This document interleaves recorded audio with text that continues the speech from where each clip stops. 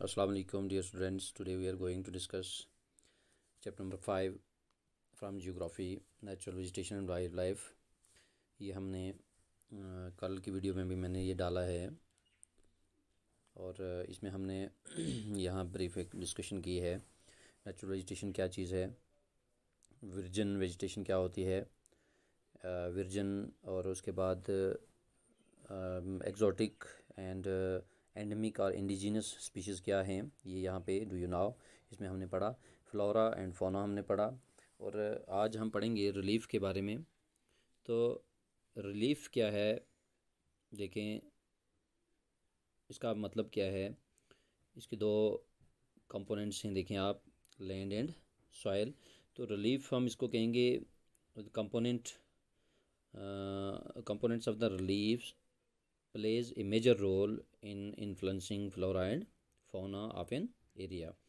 तो किसी भी इलाके का, एरिया के जो इसके जो कंपोनेंट्स हैं, चाहे वो लैंड है या सॉइल है, तो they play a major role in influencing flora and fauna. तो इनका एक बहुत बड़ा रोल होता है कि इसमें जो असर करते हैं या जहाँ पे वेजिटेशन की प्लांटेशन या ग्राउथ होती है उस पर इन दोनों चीज़ों का बहुत बड़ा असर रहता है, चाहे वो एनिमल स्पीशीज़ हों चाहे वो प्लांट स्पीशीज़ हों। ठीक है, रिलीफ इसको हम कहेंगे। तो इसमें सबसे पहले आपको ये समझना है कि what is the difference between land and soil. ठीक है, हम जनरल सेंस में जब बात करते हैं तो हम ज़मीन को, लैंड जो है उसको लैंड ही कहते हैं, ज़मीन ही कहते हैं। सॉइल को भी हम ज़मीन ही कहते हैं। कोई भी एरिया ज़मीन का जिस पे हम टिकते हैं, खड़े होते हैं, चलते हैं, ठीक है, उसको हम ज़मीन कहते हैं। लेकिन इसमें सॉइल एंड लैंड में जो फ़र्क है, लैंड जो हो गया जैसे सरफेस ऑफ अर्थ जिसको हम कहते हैं, ठीक है। बट सॉइल क्या है, soil is the sub classification of earth. ठीक है, जैसे हम इंडियन लैंड मास की बात करें, हम कहीं पहाड़ की बात करते हैं, कहीं प्लेन की बात करते हैं, कहीं डेजर्ट्स की बात करते हैं, कहीं प्लेट्यूज़ की बात करते हैं, तो वो लैंड मासेस, ठीक है, इंडियन लैंड मासेस की बात करते हैं जब। लेकिन सॉइल जो है, सॉइल को हम क्या कहेंगे, soil is the sub classification of earth. जैसे कहीं पे एलुवियल सॉइल है, कहीं पे रेड सॉइल है, कहीं पे ब्लैक सॉइल है, ठीक है। वहाँ पे उस अकॉर्डिंग टू द सॉइल जो है वेजिटेशन ग्राउथ होती है, वहाँ पे प्लांट स्पीशीज़ होते हैं, वहाँ पे एनिमल सर्वाइव करते हैं according to the climatic condition और atmospheric condition of the area. तो रिलीफ के जो दो कंपोनेंट्स हैं वो सबसे पहले आपको ये है कि लैंड एंड सॉइल। देन उसके बाद difference between land and soil, land हो गया सरफेस ऑफ अर्थ, कोई भी इलाका, चाहे वो पहाड़ है, प्लेन है, प्लेट्यू है, ठीक है, चाहे वो डेजर्ट है, ये सारी चीज़ें लैंड में आएंगी। लेकिन सॉइल, जब सॉइल की बात करेंगे तो soil is the sub classification of earth. उसमें हमने उसको क्लासीफाई किया है, अलग अलग हिस्सों में बांटा है। उसमें किस किस्म की मिट्टी है, वहाँ पे कौन सा पेड़ पौधा उग सकता है, ठीक है। तो ये एक छोटा सा मैंने बताया आपको जो डिफरेंस। अब यहाँ पे एक वर्ड आया है विर्जन।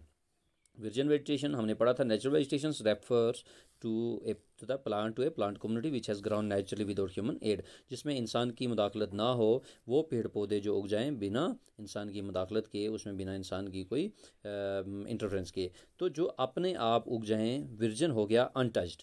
किसको बोलते हैं हम, अनटच्ड। जिसमें इंसान की कोई शमूलियत ना हो, इंसान की कोई इंटरफेरेंस ना हो, उसको हम कहेंगे विर्जिन वेजिटेशन, ठीक है। लेकिन उसके साथ साथ ये कह रहा है, यहाँ पे मैं कंसेप्ट आपको क्लियर करूँगा कि विर्जिन वेजिटेशन की बात करेंगे दस, लेकिन cultivated crops and fruits orchards form part of vegetation.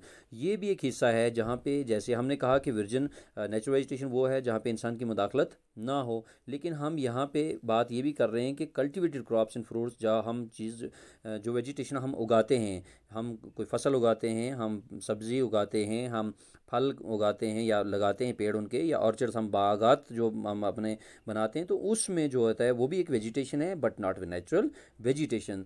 तो जैसे आप इसकी एग्जांपल ले लें, अभी हम हिस्ट्री में जो चैप्टर पढ़ रहे हैं फॉरेस्ट सोसाइटी एंड कॉलोनिज्म, उसमें हमने ये देखा फॉरेस्ट सोसाइटी में क्या है, वहाँ पे जब कॉलोनिज्म, कॉलोनियल रूल यहाँ पे हुआ, तो उन्होंने क्या किया, वहाँ पे जो नेचुरल वेजिटेशन था उसको ख़त्म किया, उसको उन्होंने डिफॉरेस्टेशन उसको की, और उन्होंने अकॉर्डिंग टू देयर विल उन्होंने अपनी मर्ज़ी के मुताबिक वहाँ पे एक साइंटिफिक फॉरेस्ट्री का आगाज़ किया। ठीक है, साइंटिफिक फॉरेस्ट्री कौन सी हो गई, जहाँ पे वो पेड़ पौधे उगाए जाएँ एक रो में अपनी मर्जी के मुताबिक एक ही स्पीशीज़ के, ठीक है, the same species of the plants grow in an area, that is called scientific forestry.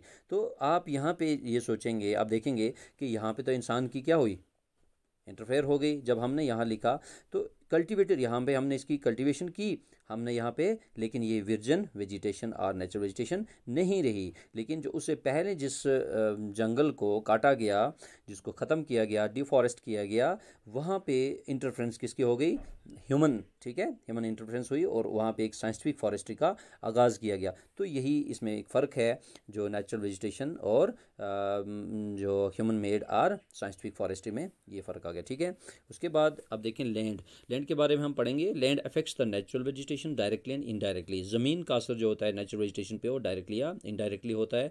Do you expect the same type of vegetation in mountains? ऐसा तो नहीं हो सकता, क्या आप उम्मीद करते हैं कि पहाड़ों पे जो पेड़ पौधे होंगे या जो दरख्त उगेंगे या जड़ी बूटियाँ होंगी या प्लेट्यू में होंगी या प्लेन्स में होंगी, क्या वो एक ही जैसी होंगी? और इन ड्राई एंड वेट रीजन, या हमने ये पढ़ा था कल भी कि या जहाँ पे खुश्क साली है यहाँ पे, या जहाँ पे ज़्यादा बारिशें होती हैं, ठीक है, हम लक्षद्वीप की बात करें या, ठीक है, तो आइलैंड्स की बात करें, या हम यहाँ देखें कि प्लेट्यूज और माउंटेनियस रीजन्स में देखें, तो क्या यहाँ पे जो वेजिटेशन है वो सेम होगी? नहीं। The nature of land influences the type of vegetation. लेकिन ये जो लैंड इन्फ्लुएंस है, हमने पढ़ा लैंड क्या, सरफेस ऑफ द अर्थ जो है वो मुख्तलिफ है और उसी हिसाब से वेजिटेशन भी उसमें मुख्तलिफ होगी। The fertile level is generally devoted to agriculture. देखें, सबसे पहले तो बात है ये है कि हम जो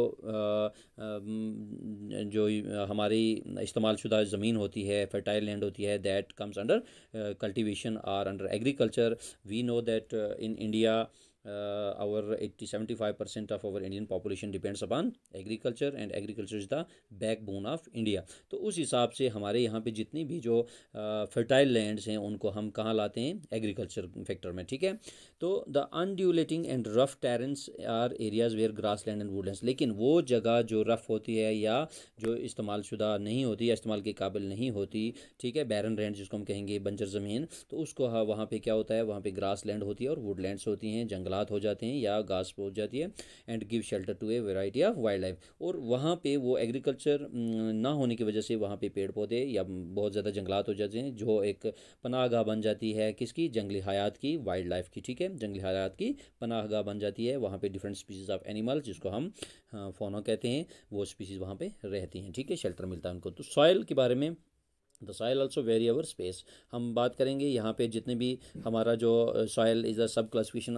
जो इसकी होती है ज़मीन पर, वो वेरी है, डिफरेंट है। Different types of soil provide basis for different types of vegetation. तो जिस किस्म की ज़मीन होगी उसी किस्म की वहाँ पे ग्राउथ होगी, उसी किस्म की वहाँ पे सब्ज़ा होगा, उसी किस्म की वहाँ पे फसल उगेगी। Sandy soils of the desert sport cactus and thorny bushes, आपने साइंस में पढ़ा। इसको हम देखें जब सोशल साइंस पढ़ते हैं तो सिर्फ हम इसको as a social science, as a history, as a geography नहीं पढ़ेंगे, बल्कि इसको हम कंपेयर करते हैं और all the subjects are correlated with each other. तो हर एक सब्जेक्ट, ऑल अदर सब्जेक्ट्स और their existence from one other, या हम कहेंगे कि हर एक सब्जेक्ट का एक रिलेशन होता है। तो उसको हम देखेंगे कि साइंस में हम पढ़ते हैं कि जो डेजर्ट एरियाज़ है वहाँ पे कौन कौन से प्लांट्स हैं, बुशीज़ हैं, थॉर्नी बुशीज़ होती हैं, बल्कि जबकि वेट एरिया जो होते हैं वो marshy and deltaic soil supports, mangroves and deltaic vegetation. वहाँ पे क्या होता है, मैंग्रोव फॉरेस्ट जो हैं वो उगते हैं जहाँ पे बहुत ज़्यादा बारिशें होती हैं। The hill slopes with some depth of soil have conical trees, मैंने ये परसों भी बताया था आपको। उसके बाद देखें टेम्परेचर,